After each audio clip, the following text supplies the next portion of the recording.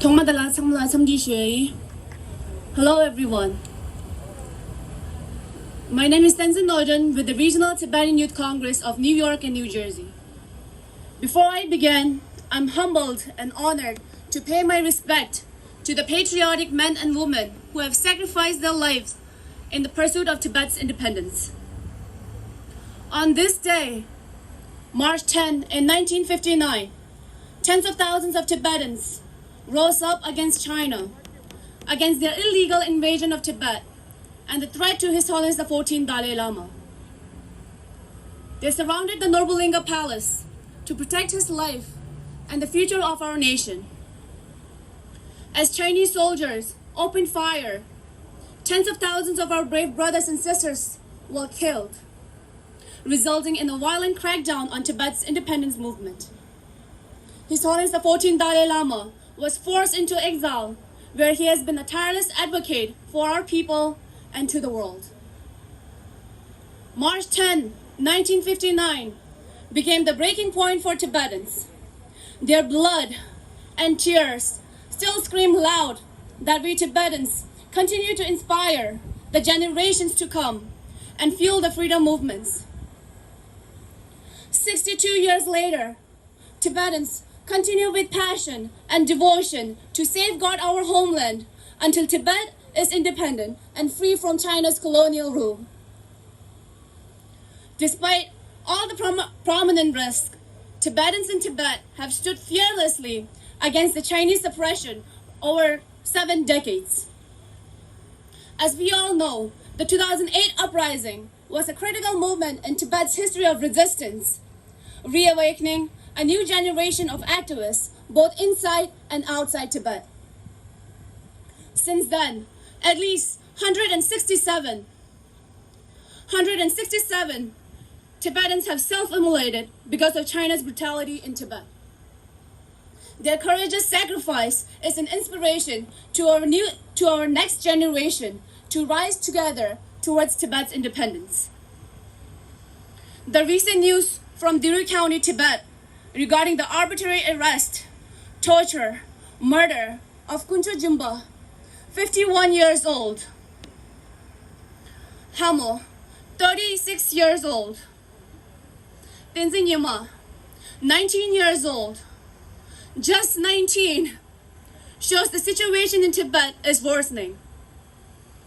Earlier last week, in the annual Freedom Report in the World Report published by Washington-based Freedom House, a nonprofit that advocates for democracy around the world, listed Tibet as the least free country in the world alongside Syria.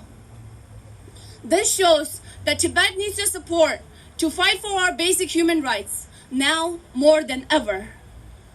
Therefore, I urge the citizens around the world and their governments to join us in calling for an end to China's occupations of Tibet and to stand in solidarity with us.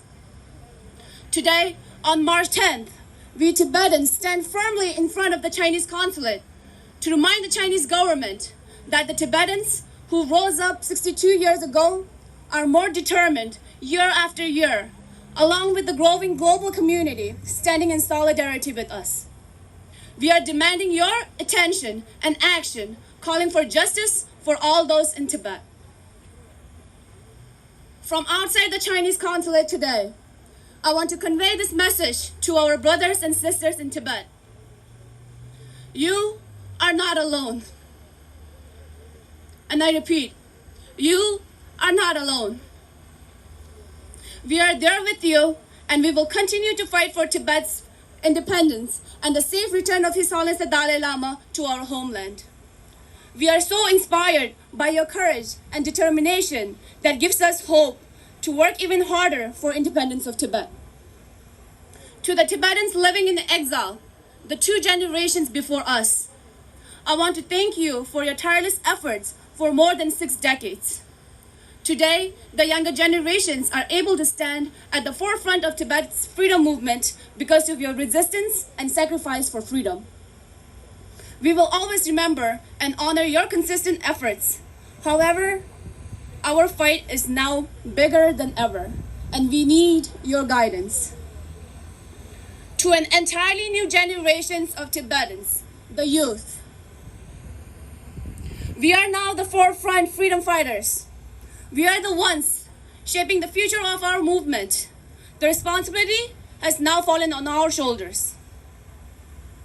We owe our heroes for their undying patriotism and courage, and it is our turn. If we don't act now, who is going to recognize Tibet's issue on the global platform? We must take forward our freedom fighters' legacy, a legacy of courage and dedication to a free Tibet.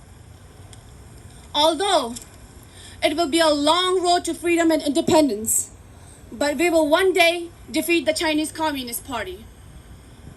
History teaches us how people's resistance can defeat the oppressive regimes around the world. Every day, let's try to reach out to